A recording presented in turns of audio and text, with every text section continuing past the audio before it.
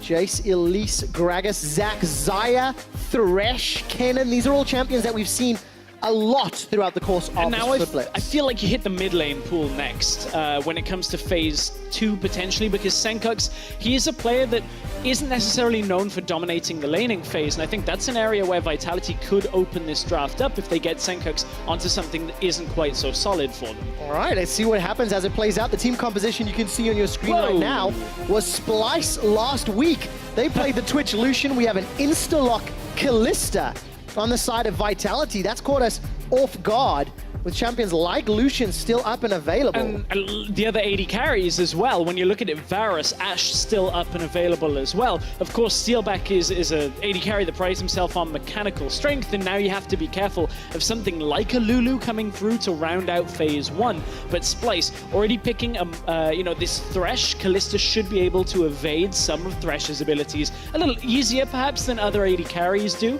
But this is a strong bot lane. Varus Thresh has insane amounts of kill pressure in that laning phase. If a hook lands onto a Lulu, we saw that even Wolf from SKT couldn't hang in the bottom lane playing Lulu into Thresh. It's not a great matchup. It's going to be difficult indeed. Let's see what Steelback can do. It's his first Kalista game this year on the stage. Varus locked in, as you mentioned, Stress, and there's the Kennen. I mentioned it a moment ago. Thresh, Kennen, and Xayah had 100% pick and ban throughout the course of summer. Now with Varus and Kalista, Xayah's going to go unpicked. So this bottom lane here for Vitality, despite going away from the Xayah you're talking about, does have a lot of synergy when it comes to denying what Thresh wants to do. Braum typically a good matchup into the Thresh as well, and decent against Varus at the same time. So Vitality looking to make a statement in the bottom lane, and this is maybe looking for them to neutralize some of this mid lane presence that is going to start coming out from Splyce, but that's an interesting one.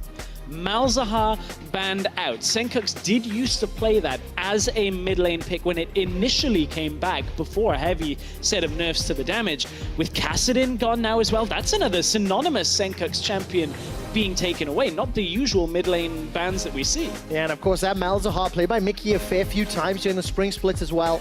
Simplifies the engage potential. Ivern now taking another jungle champion removed from the pool. Joker's already got Kha'Zix. Yeah. And where does Trashy fall to from here? Lee Sin is the stereotypical one that you normally default to early on. Graves is fine if he wants a farmer, but it reduces his ganking impact in this game. That's fine. Trashy never ganks.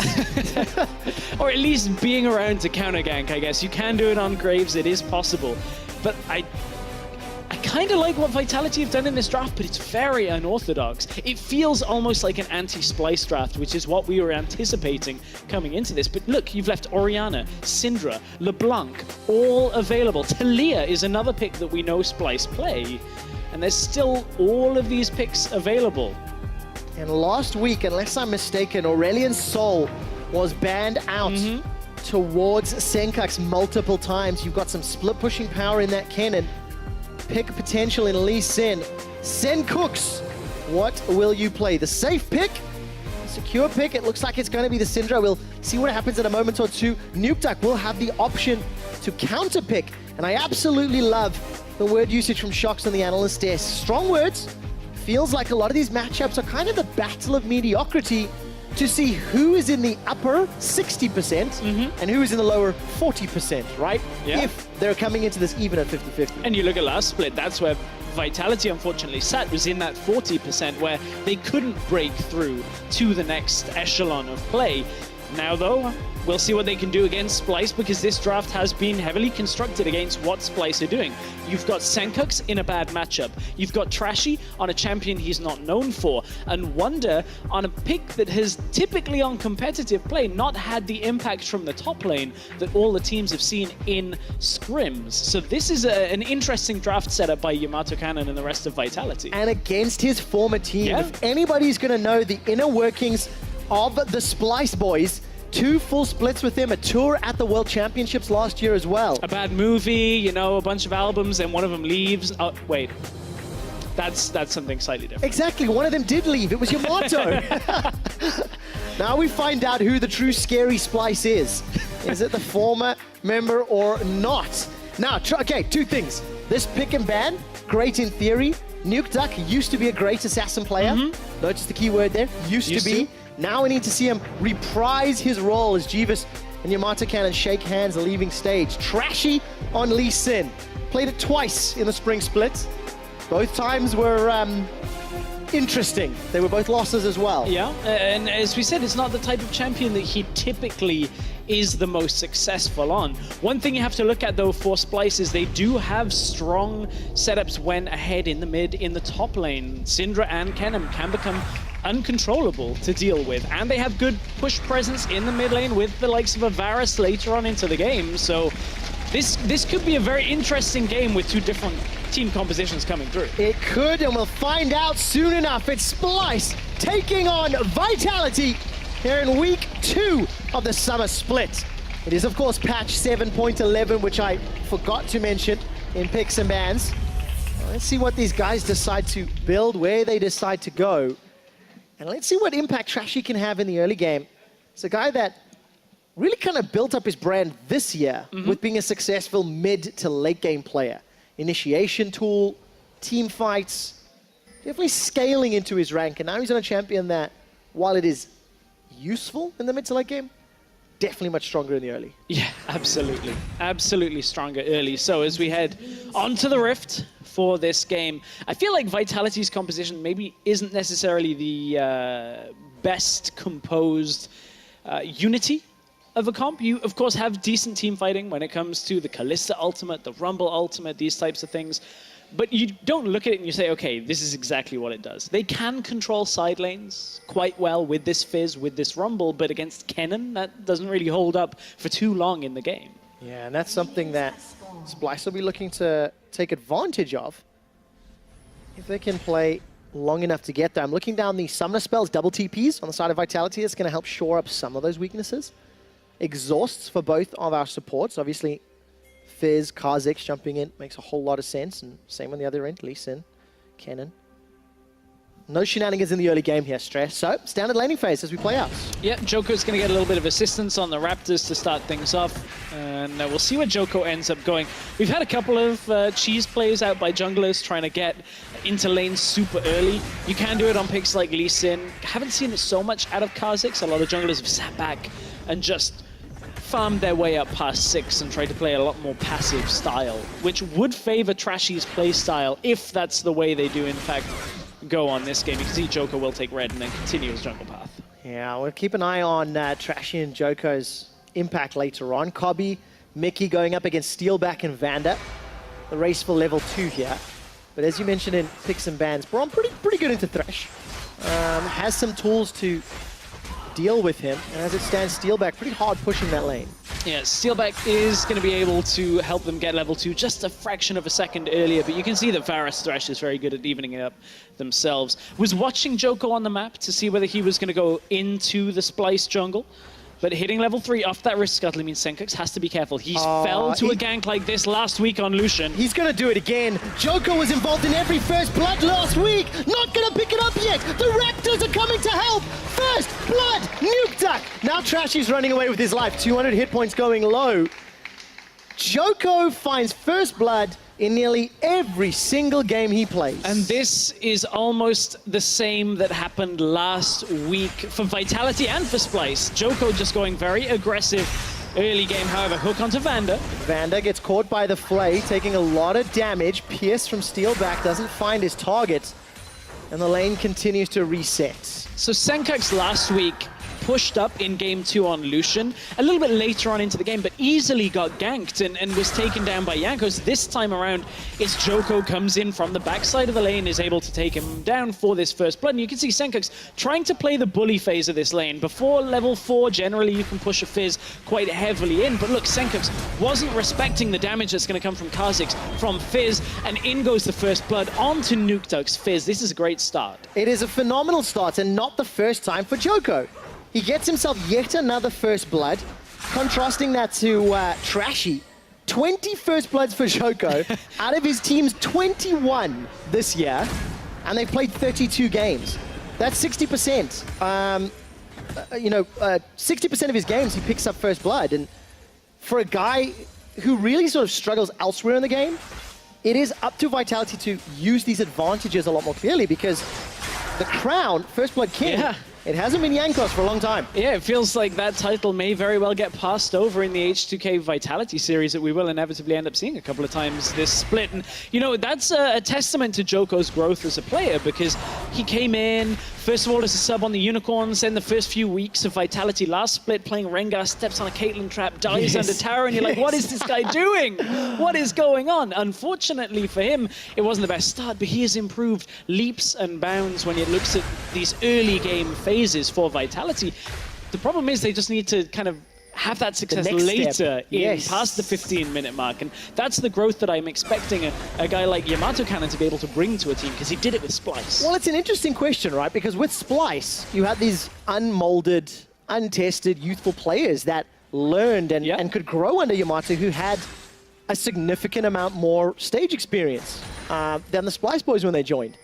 On the other hand, you've now got a group of players under Vitality with a lot of experience, and that old adage, can you teach an old dog new tricks? Is it the equivalent of like grumpy old men at that point? I mean, it depends if they win or not, because if they don't win, I've seen Vander be a little bit grumpy from time to time, if anyone follows his Twitter exploits. Yeah, and after the Schalke series that they didn't perform in, and I think that's a real big thing that'll stick out for Vander, is he wants this team to do so well, because the last team he was on did not live up to the hype. He never left LCS. I read that message from Vander.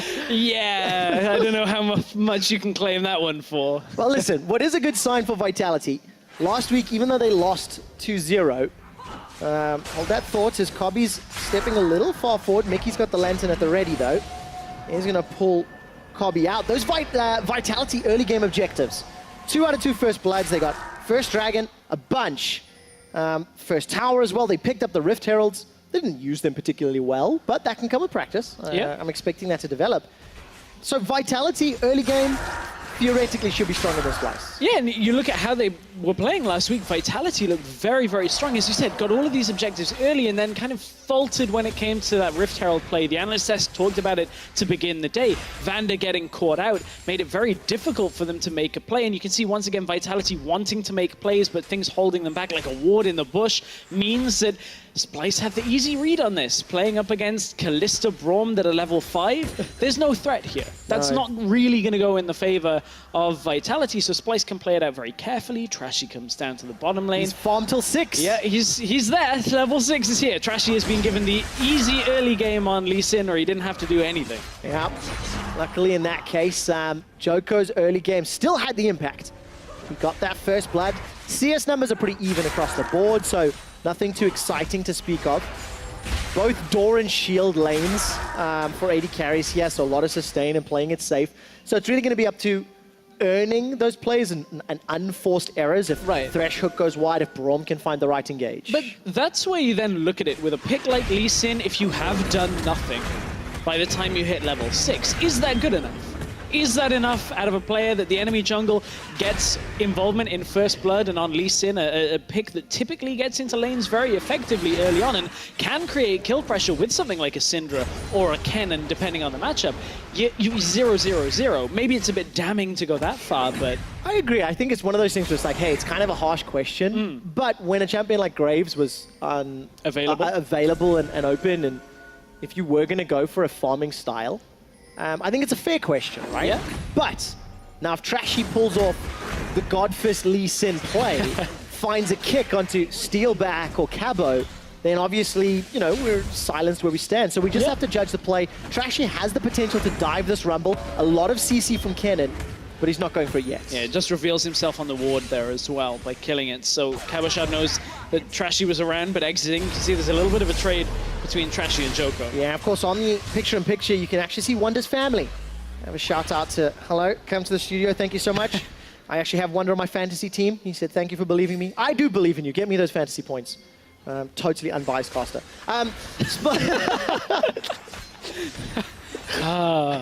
That's how this series is going to be. Yeah, I beat Vedius last week because he's a fantasy noob. So that's not really fair. Yeah. And these are the plays you were talking about. Trading ultimates.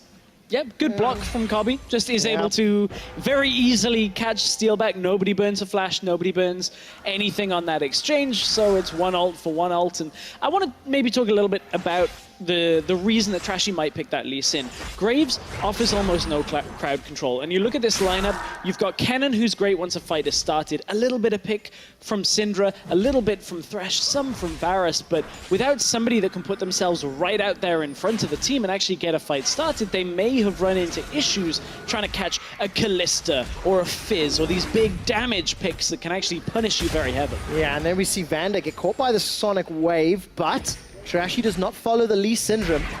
Keep an eye on your minimap. Splyce have backed away. Maybe they don't anticipate Vitality risking it for a red buff, or more likely just going to concede. It is a red buff, it's not worth a big team fight. Yeah, at this point you can see they pushed out bottom lane, they're going to try and push out mid lane safely to start this. Red buff goes over to Vitality, but that's Splyce not committing into an area where they didn't have full vision control, that they didn't realistically have an advantageous fight. So that's a little bit of temperament from them. Rather than just chasing after a red buff, they know it's not necessarily worth it at this point in the game. No, it's not. 10 minutes in, even on gold, despite giving up first blood. Wonder's got plus 10 in the top, plus 15 for Trashy in the jungle. And bot lane is going plus well. only 20, 15 rather for Kobby. So a slow start to this game, somewhat expected.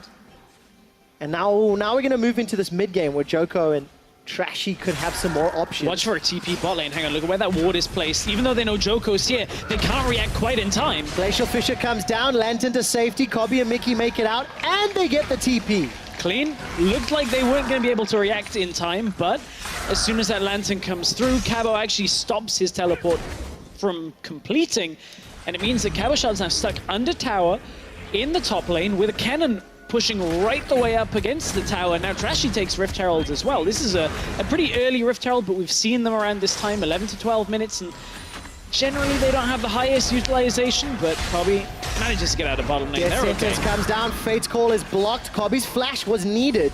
Summoner spell secured, so this is the advantage to Vitality at the cost of a Rift Herald. A dive was slowly being set up, but Kobby and Mickey are now very juicy targets. Teleport for Nuke Duck is available, no flashes for the bottom lane of Splyce. And now they can just send Trashy up to the top side, maybe get that Rift Herald into top tower and secure the first tower of the game. Generally, it's going to be 100% success rate if there's nobody to defend the tower behind it. But look at what Vitality are looking for in the mid lane here as well. Splyce reacting, sending their bot lane up towards mid to try and create a second lane of pressure here. Try and deny Vitality's response of pushing out any other lane. And tower first blood, secured by Splyce. That's going to give them a small gold advantage. Look at the minimap. No support yet for Vitality. And while Cabok is going to be able to defend, this inner turret will take a lot of damage. Yeah, and they're pushing mid lane at the same time. So Splyce trying to hit 2 points on the map. Top tower should not fall here with Rumble being able to push up. Rift Herald will end up dying. But look, Splyce are trying to control mid lane and top lane at the same time. It's just exactly where these teams have consistently performed. Vitality's opening few minutes, pretty good. Sealback will take a couple of autos, but the end cost is 2 towers for 1 and 80% HP on the inner turret. Like, Splyce are going to be ecstatic with that trade of objectives. And keep in mind, this is the type of lane that Wonder can take over with. This cannon will be a lane bully. Remember to eat your vegetables, ladies and gentlemen. Just recording an award. The debris falls on top of Kobby's corpse. That feels bad. Kobby maybe a little bit of a reckless place to recall out there, but I mean, Nuke Duck now at 2-0, that actually does create a significant problem because at some point Wonder and Nuke Duck are going to come 1 versus 1 against each other, and I want to watch that trade happen because not often you see Kennen and Fizz go up against each other, potentially in a long lane. That'll be an interesting one when the Fizz is already 2-0 to track how that one works, but at this point, you can see Vitality after pushing bottom lane in response. Now they take Steel back to the mid lane, and they'll just hold him here for as long as they need to. I wonder whether they'll send him out to the side lane like Fnatic do with Reckless every now and again and bring him back into the middle lane, but that remains to be seen as this game goes on. Yeah, a lot of options, a lot of lanes to focus. The Dragon hasn't been started until this very second. 14 minutes in for a Mountain Drake, and it's in full vision of Splyce. It feels like every time a play happens, both teams are going to be fully aware of it. Trashy could go for a hero play. Gonna land the Sonic Wave if he decides to fire it. Stood on top of a ward, 1300 HP. Joko's gonna cancel this one out. Piercing Arrow goes down, and Joko easily picks up that Mountain Drake. Vitality continue their string of strong early game objectives. Yeah, well composed, able to know that, you know, Trashy can't follow up over the pit if they end up withdrawing back. You just saw Senkox have his Banshee's Veil popped as this fight is about to start. And end! Fate call. That's one of the strengths of the Banshee's Veil, though. We're seeing people build it quite commonly, even as a first item. It's more akin to the old Abyssal Scepter, but with the Banshee's shield still on it. Now, against this composition, Callista, Braum, where else is the crowd control coming from? Maybe a Fizz Fish, but if you got a Banshee's, the first thing that hits... Stress. Okay. Vitality and Yamato are subscribing to the strongest form of crowd control. Okay. Death.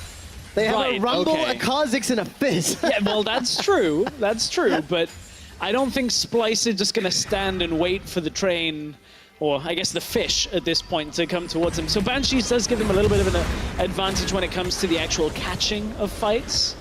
Trashy doesn't have one. Can Nukeduck catch Trashy? All right, Chum the Waters goes out, almost full range. Cathian, no, that's the wrong one. Urchin Strike goes out, Playful Trickster. That would be a very different ult if a Cathian surprise started running away. Oh. I guess you've got Pugmore, so anything can happen.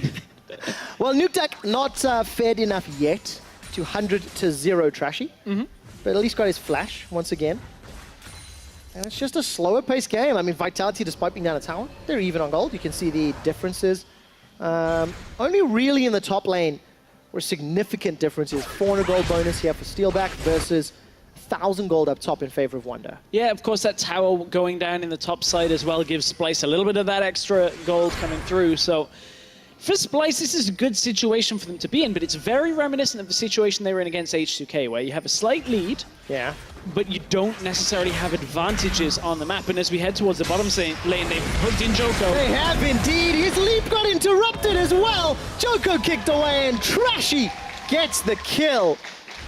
Clinical as they go over the ward. Joko just gets caught out, forced to jump, forced to flash, interrupted just about everything. And Splyce with a composition, with a Thresh, with a Syndra. We said that they're going to have to rely a little bit on picks when it comes to getting fights started. Well, that one works out perfectly for their first of the game. Last week, when we hit this stage of the game, Vitality made some misplays that the Unicorns punished very severely. Some lack of synergy in terms of calls, being caught out a little bit. This is on the side of Vitality. Let's see if they've been able to adjust and adapt from that series last week, and also if Splyce can punish those mistakes as and when they appear. Yeah, those mistakes were based on walking over warded areas. You mean like this? Getting unsurprisingly hooked in last week, and this time it's Joko getting hooked. Easy kill for Splyce. 3 versus 2. Nukeduck didn't even bother to get involved in the fight because at that point, Joko's already dead. Yeah. As simple as that. Yeah, it really is. Joko walks over a ward, tries to do Grom, gets hooked, dies. Okay, let's go. Let's get back into the game from that for Joko, I guess. One of the narratives we had yesterday was discussing good and bad Baron setups. And now we're getting to a point where that will be a talking point, nearing 20 minutes, and knowing both of these teams, their penchant for the late game. For better or worse.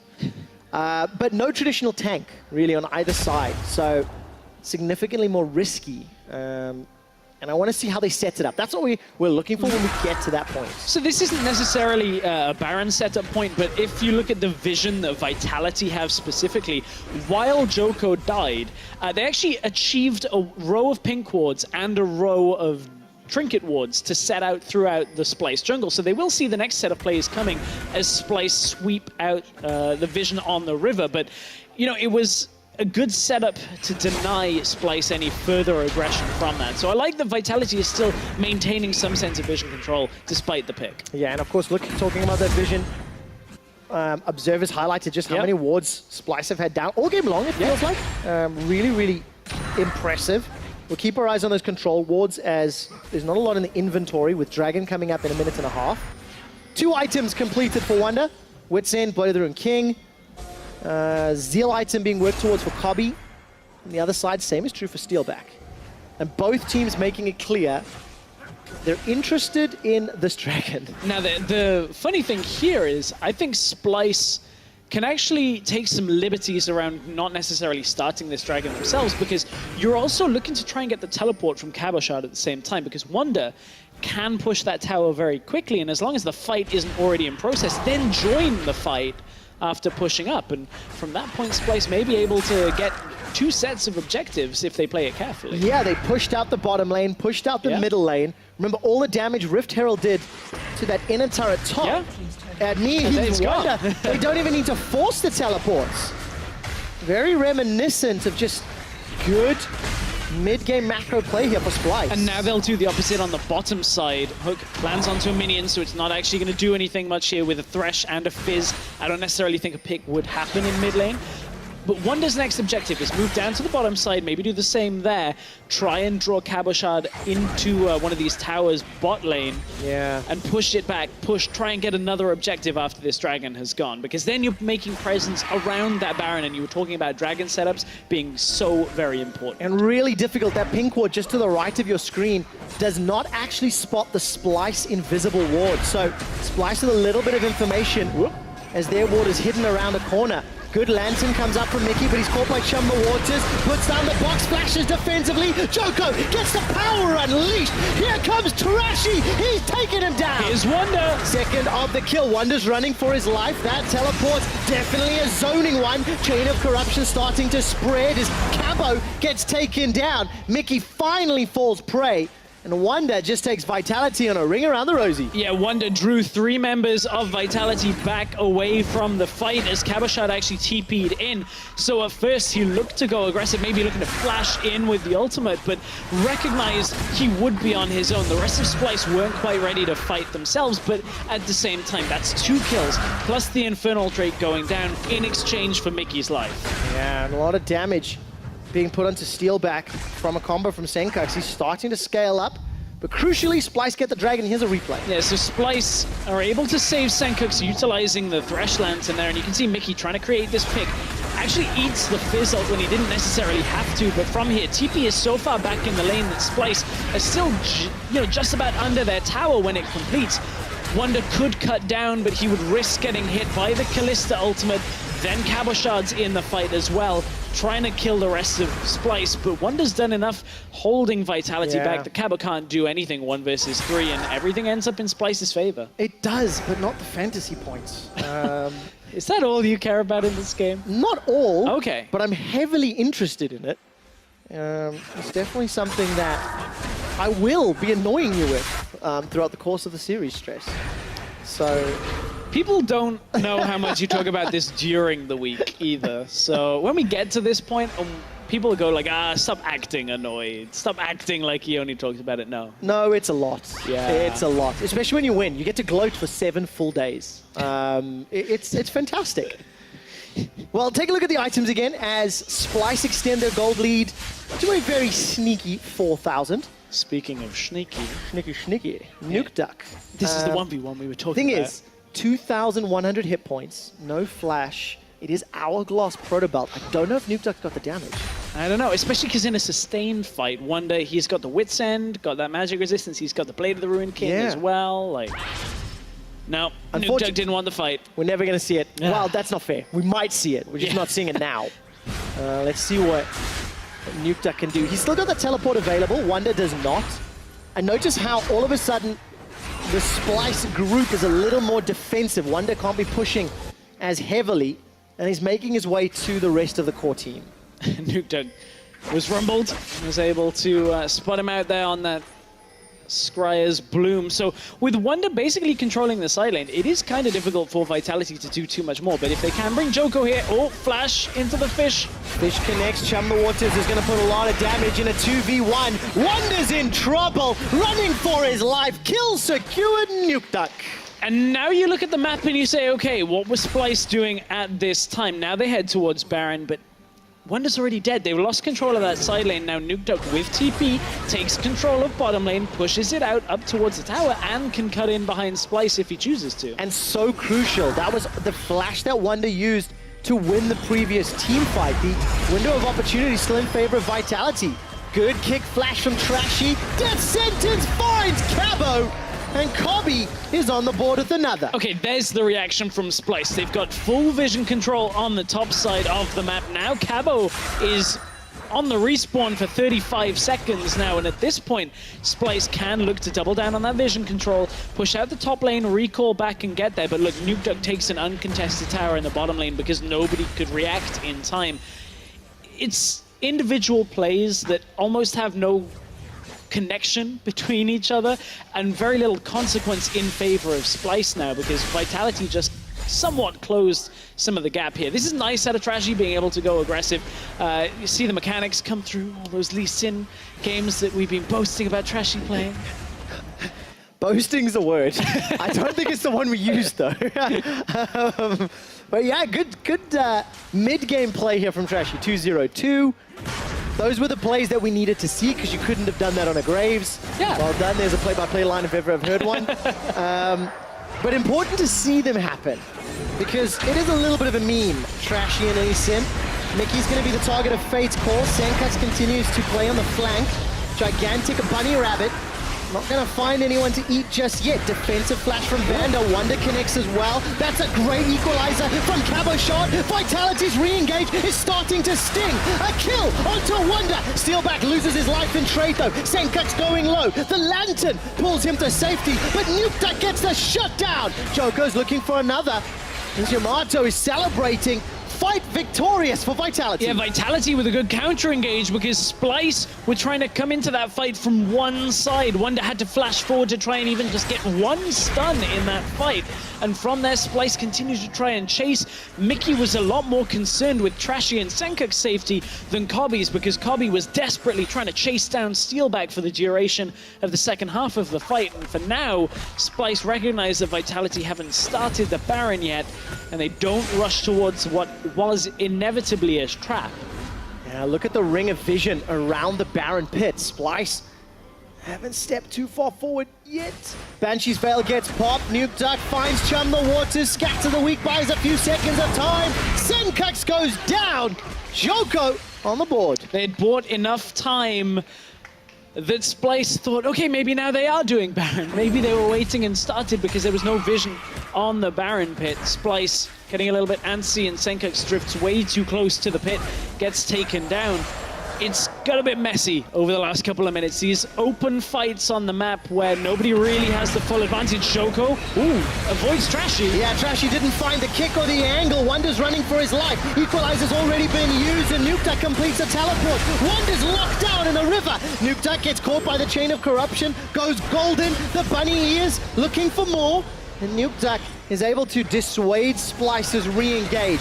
They've got a 5-on-3 at best because Senkax is only just respawning. And this is one of the difficulties that we have seen for weeks. Even in the spring split when people were playing Kennen from the top lane as this AD style, it's difficult to have impact in fights with Wonderwear TPing in, not quite matching the right angle to get into a fight safely and taken down. This time it wasn't even a TP that brought him into this. He just runs into this, trying to save Trashy. Wonder's left on his own. Nobody can really buy enough time to get him out of this fight, so he tries to stand his ground, tries desperately to take out Vander, but 4 versus 1 isn't fair, and this Kennen suddenly has no impact anymore. And just like that, a 4,000 gold lead swings. Splyce are now down 1,000 gold, roughly. And Baron buff on Vitality. They only had 2 towers secured before this. And with Baron, I'm sure they can set up more. Jeeves, the man on your screen there, a little bit shocked and stunned as Splyce have been pulled apart by the team comp that was drafted by Yamato. We talked about the uniqueness of this, maybe lacking synergy in places, but it doesn't matter when executed punishing Splyce. But Wonder has been neutralized. Trashy is on a champion that he looks more neutral on. Senkux has been neutralized through the laning phase as well. Opposite of 4-0 Fizz in this game now makes it almost impossible to kill. Kobe is the only threat left on Splyce that Vitality have to play around, and in fights, he's been an easy target. Stress, we're nearly 30 minutes in, and Senkux still does not have a kill. Do you think he could end this game with 0 kills? I mean, he's on a Syndra, so if you end 0 kills, but look at it, he's got Banshees, Morellos. This isn't massive amounts of AP at this point of the game. Senkux, will you find it? We have a great story to tell if we get the time. Senkax is running away as Vitality with Baron are being held at arm's reach in the mid lane.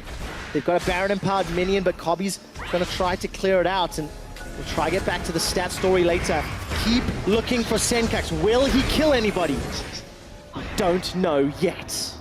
I want to look away from that story for a moment. That has some legs later on. I want to look at what Steelback has in his inventory. Steelback used to be on Fnatic. He's feeling the vibes in the air. He's getting one of these, you know, micro heavy 80 carries that likes to duel around fights. And he's going towards the Frozen Mallet, Trevor. Hey, if it works for Reckless, why can it not work for someone else? Vitality have taken 2 more towers. Steelback starting to get beefier and tankier.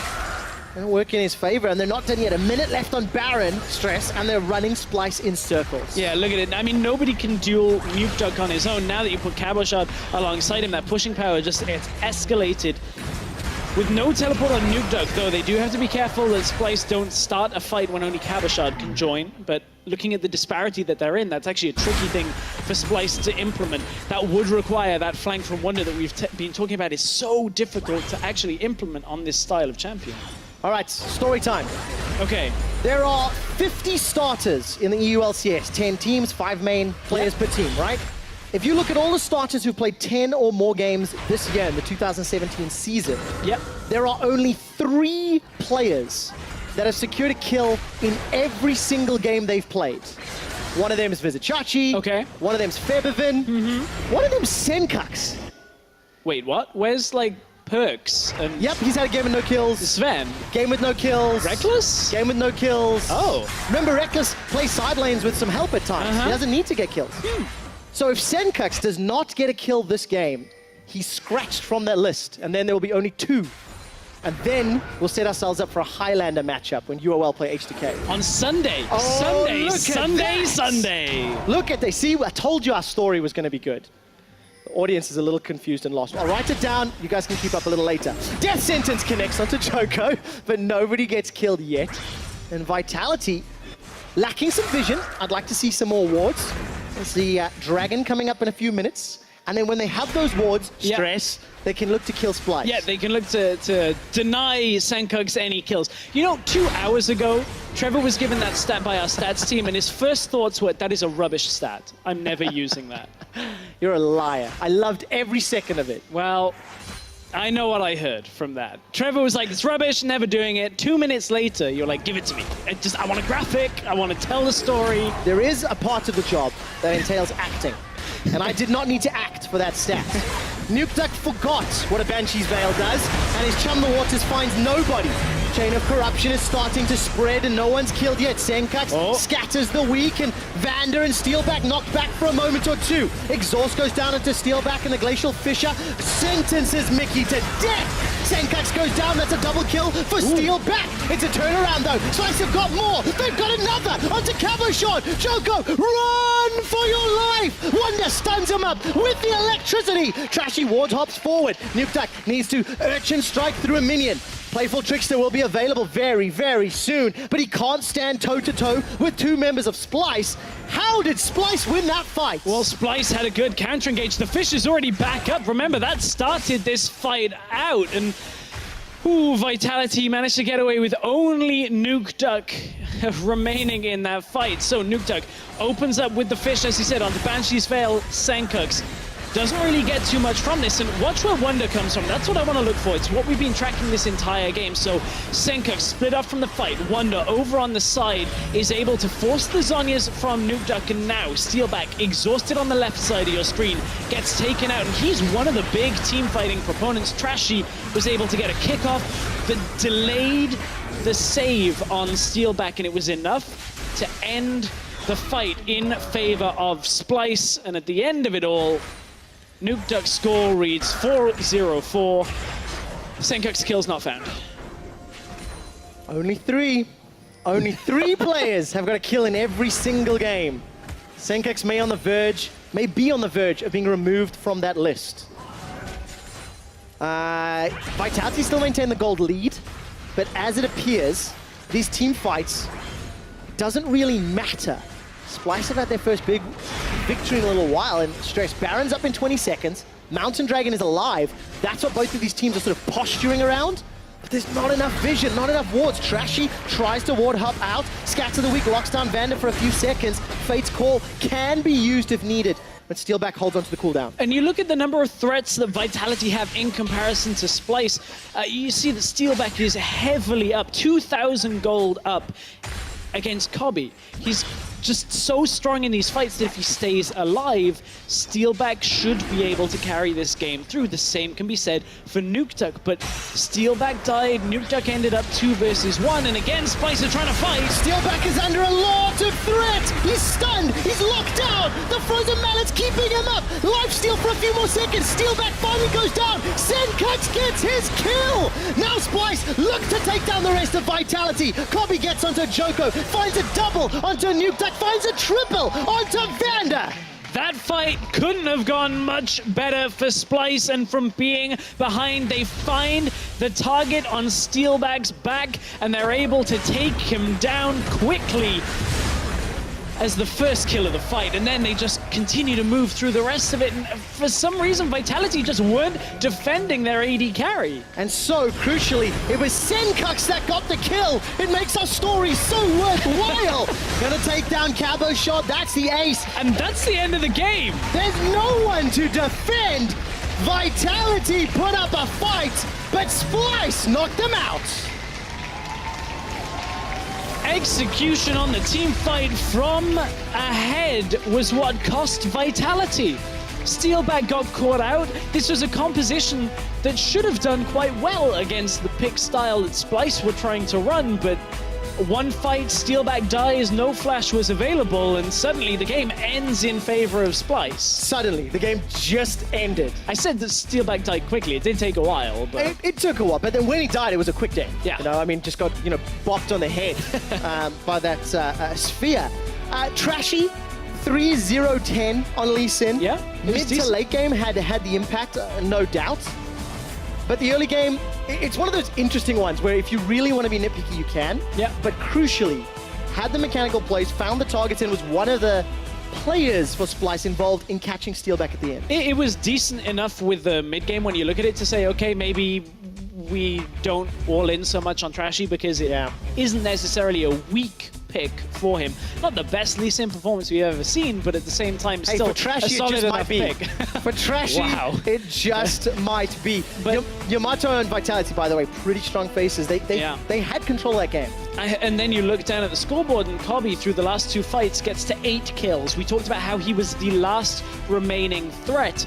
Well, as long as he survived, as long as he got the damage down, Splyce turned these fights back in their favor. And from what looked to be a real struggle of a game that Vitality looked like they were going to shut out, Splyce turn on its head, get one good fight to end it.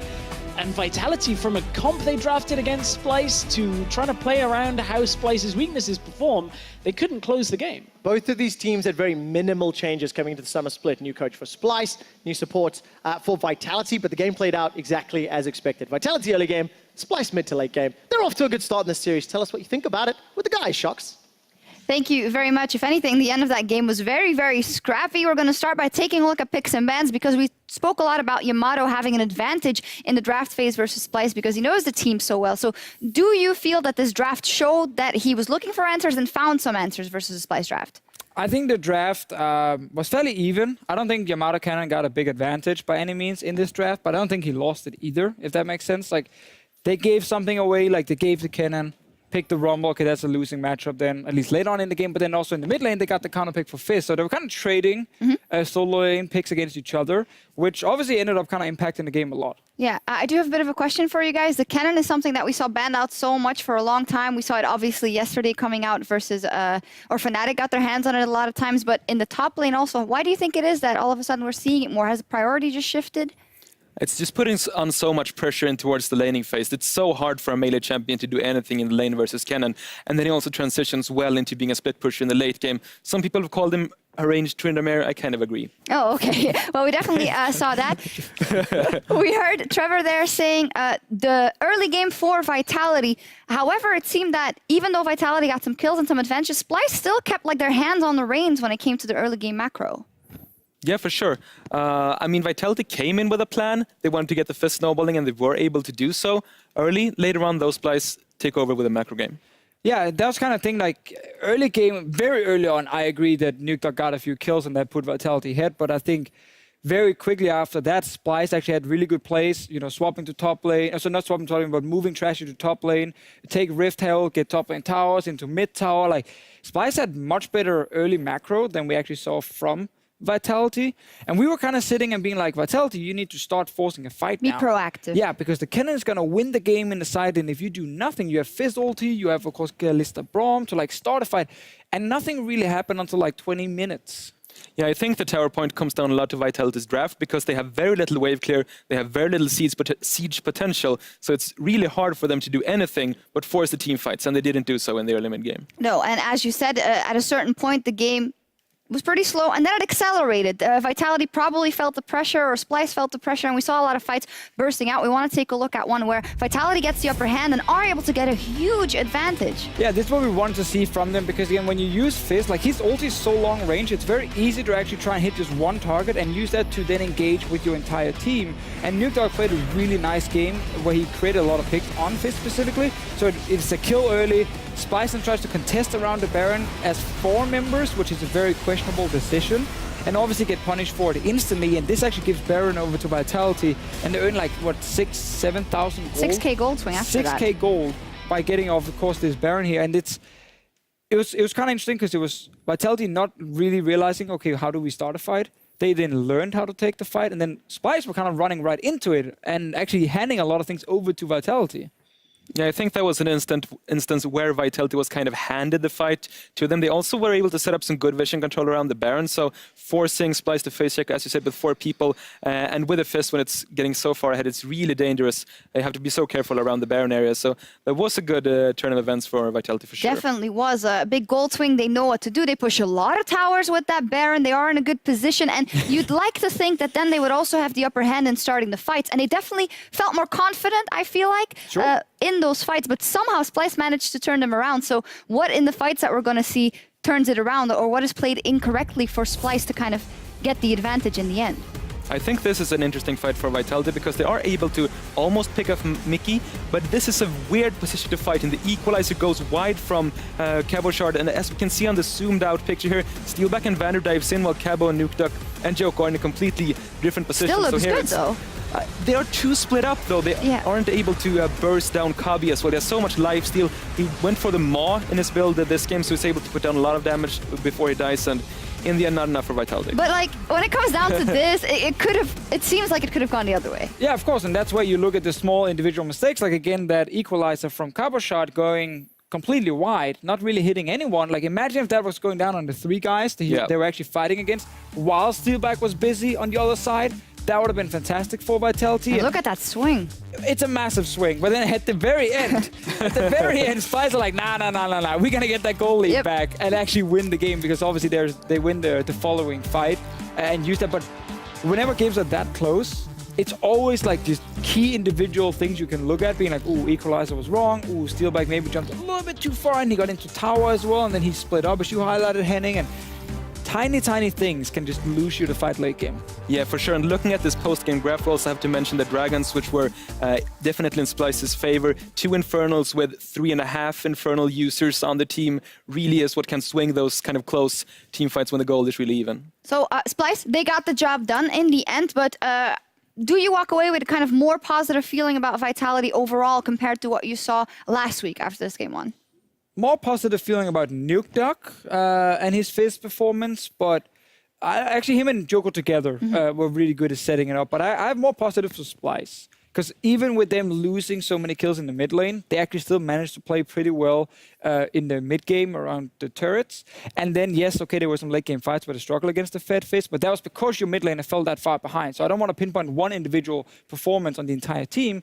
I think the rest of Splyce actually played well despite losing mid so hard. Agreed. Yeah, overall, I don't think any team is too unhappy with the first game. Also, Vitality showed that they know what to do with their team comp, but just a bit too many missteps. And overall, I'm yeah, both teams are kind of happy, but Splyce, of course, more happy since they got the win. Well, definitely High-level so. analysis right here. Yeah, nice one, Henning. Welcome to the team. Well, Thank you. Vitality, Thank you. they are under pressure, and they need to step up in game 2, and that is right around the corner.